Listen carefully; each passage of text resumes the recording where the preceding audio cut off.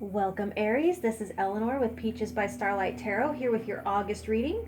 I'm going to pull a card for each of your 12 astrological houses for weekly themes and then an overall theme for the month.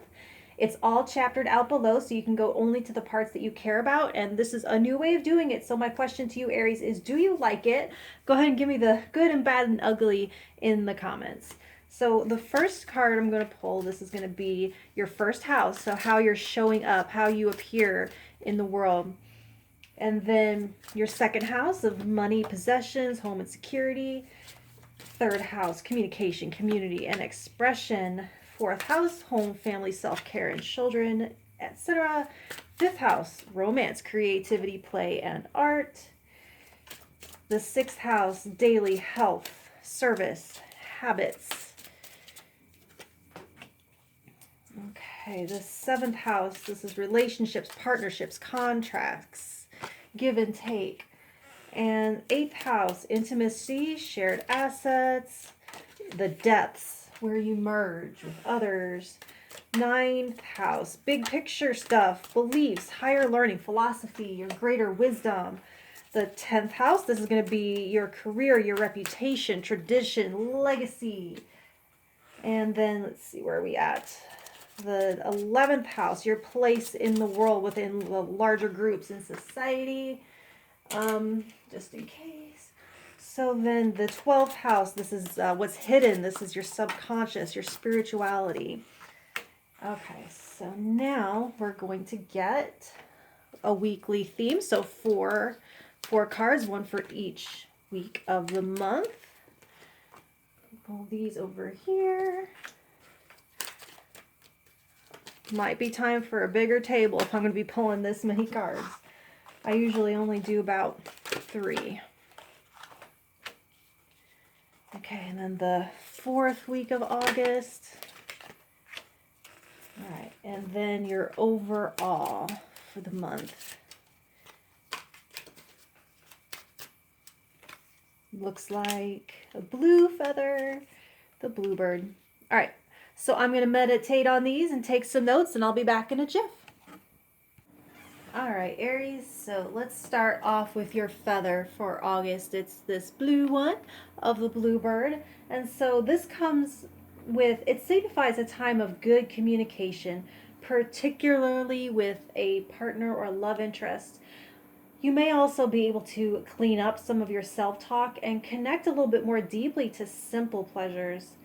Your compass point throughout August is upward towards lightness. So for your week to week, the first week of August, you have this Hot Lips card. And so again, highlighting joyful communication. So singing, laughing, it's saying thank you. It's saying I love you. They're saying not to keep all of that joy to yourself, because sharing it is actually beneficial and healing, not only to yourself, but to those around you. And so for your second week, you have this Wicked Wonders. And this brings in a reminder that the sun isn't the only thing that helps us grow, but the rain as well. It's like, remember, it's a month of lightening your heart. So expressing yourself about your darker, more difficult emotions will help you feel less burdened by them. So while there is some discomfort here, it's an opportunity to let someone in and to strengthen bonds. All right, in your third week of August, you have the Sleeping Beauty. So this is a very Four of Swords. It's inviting you into your sanctuary to pray, to meditate, to do yoga. Whatever it is that you do to connect to source or your higher power. This is where you can listen to some of that inner dialogue and prune some of the harsher voices, or practice something more self-affirming. And for your fourth week, you have Wild Roses. I love this. I think that's such a pretty card. Anyway, except for the glare. It really all comes together here in the fourth week with strength and vulnerability together. You're accepting the reality that you've been planted in for the moment, and you're determined that you will not only not be defeated by it, but you will rise as the best version of yourself yet. Whether that's because of it or in spite of it, whichever you prefer, you're becoming your own unlikely hero. You're saying, okay, great surviving, but now it's time to thrive. I'm ready to thrive. So for your astrological houses, starting with the first house of how people are seeing you right now, you have the 9 of air. So if you are going through some hard times or going through something challenging, people definitely know it. This is not a secret. I see people really wanting to help, and especially in these first 2 weeks, you may really benefit by allowing others to uplift you or even distract you. I see no pity, I see no judgment, I only see compassion and empathy. So you might want to let that in. All right, in your second house of like your immediate physical environment, your tangible experience, you have the 6 of air. And so this tracks actually with these weekly energies where routines might be getting smoother. You may feel the energy getting quieter and more peaceful as the month wears on. And so like where there might be a lot going on in your head, I actually see stillness in your house. Like no big financial shakeups. Maybe a little bit easier time enjoying the simple things, enjoying what money you have, especially with bluebird energy. It's that lightness. So there's not actually a lot being demanded of you physically or financially at this time. So it kind of like gives you a little bit of space and allowance to work on some of this other stuff. So in your third house of communication, this is the Ace of Cups. Exactly what bluebird energy is all about. Speaking all of that love. You're very supported here in the first house, so receive people's loving words to you and don't hold back your loving words to them. Think of it this way. Everything that you would ever regret not saying, regret having not said, this is a great energy to get all of that out, especially here in the first and the fourth weeks, I would say. So in your fourth house of family and self-care, you have the Emperor. This really kicks in most strongly after the second week where you've taken in everything that everyone has to say. You've allowed them to express how they feel. You've expressed how you feel. And now you take it all in, and you and only you decide what's best for you and your family. It's like you're taking all that you've learned from both the good and the bad experiences, and you're claiming your power from this worrisome circumstance. And this is what really powers this fourth week emergence. It's very Phoenix-like, actually. So in your fifth house of romance, creativity, play, and art, you have the card of romance, creativity, play, and art, the Knight of Cups. So the poet themselves, you're engaging fully in whatever your art form is, whether that's poetry or writing or dance. You're embodying bluebird energy by taking inspiration from your emotional depths and letting it breach the surface, letting it be seen, letting it breathe. Actually, I really kind of like these two. They're kind of look alike, no? They got the red here and their blue cape. Very synchronistic, I think. So this is also, it's the perfect card to get in your romance house because it signifies loving conversations, playful and pleasurable interactions. It shows you being especially attractive and courageous, and it shows you following your heart in dating and a potential new offer coming in. And I see the probability for that offer is going to be highest probably in the first and the fourth week. All right, in your sixth house of daily health habits and service, you have the Queen of Cups. This energy is going to feature most prominently, I think, here in the third week. Because she's literally the queen of self-care and affection. And so you might be actually the receiver of your own service, doing love and kindness acts on or to yourself. I can see you like getting an energy healing, doing more restorative types of yoga, holding yourself accountable around your self-talk and how you show love to those around you. And I can also see you having an increased awareness of how love languages are operating in your life. All right. In your, which house are we on? 7th house of partnerships and contracts, mutuality. You have the 5 of air. And so here's, out of all of this is the only area I'm actually seeing as being a little bit sticky at all.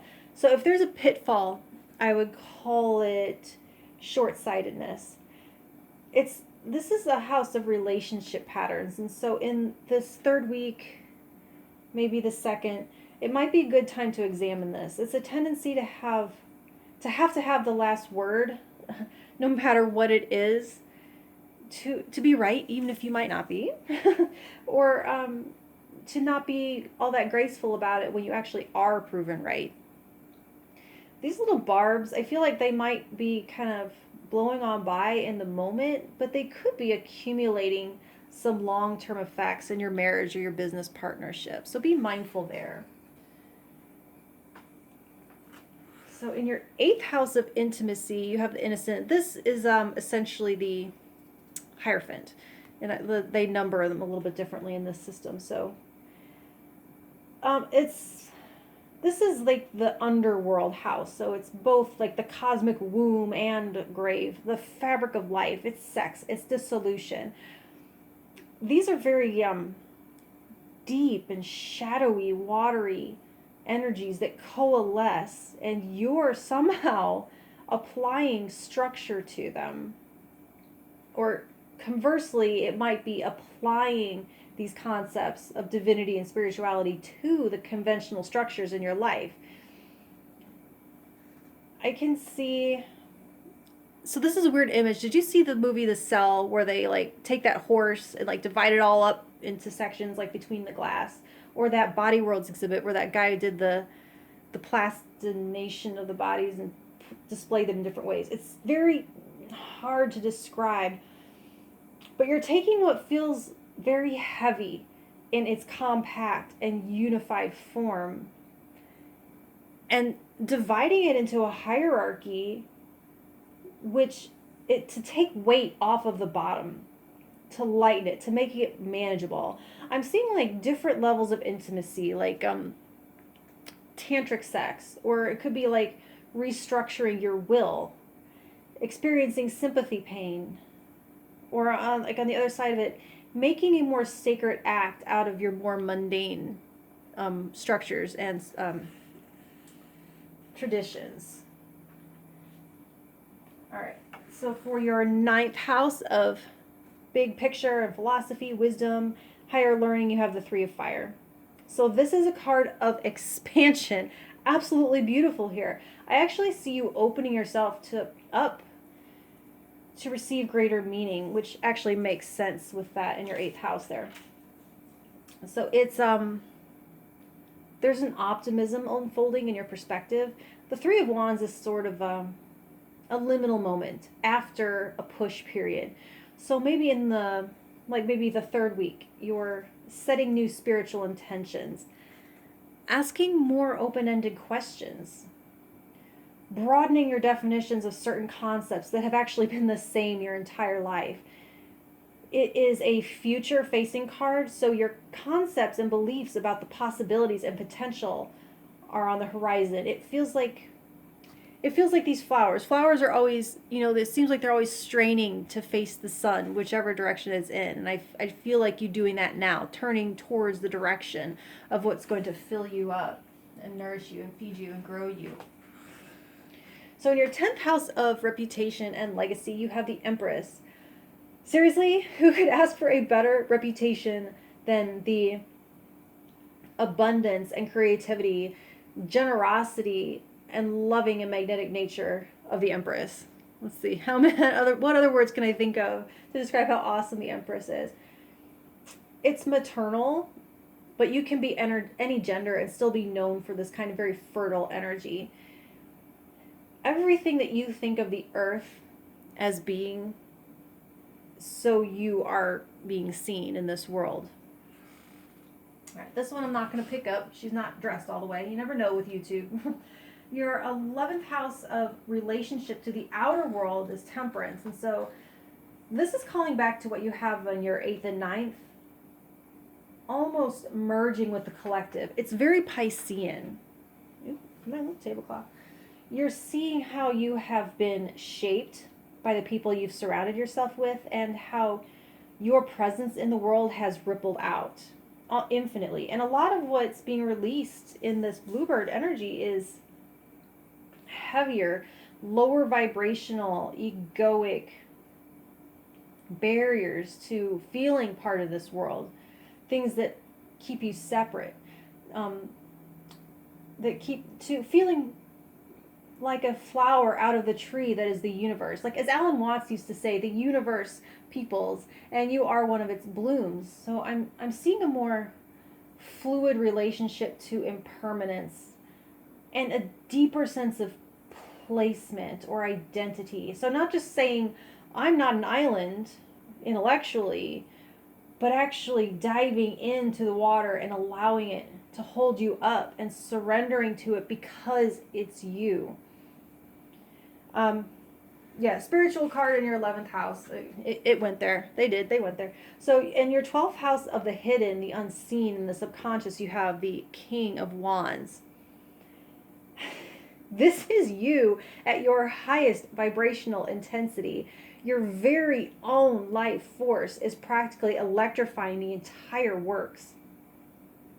This is essentially the man behind the curtain this month, and it's passionate, it's focused. He's showing his craft all in these places, like in the Three of Wands, the Emperor, the yang energy of the hot lips and wild roses, vocal with the bluebird. It's like the fiery inner core of the planet that moves the continents and generates the magnetic field. You are on full blast here in August, Aries. So that's what I have for you this month. And if you want to hear what September is like, go ahead and subscribe. If you liked it, let me know by hitting that like button. And if you want to make adjustments, let me know in the comments. Also, I'll clarify anything you need. Thank you.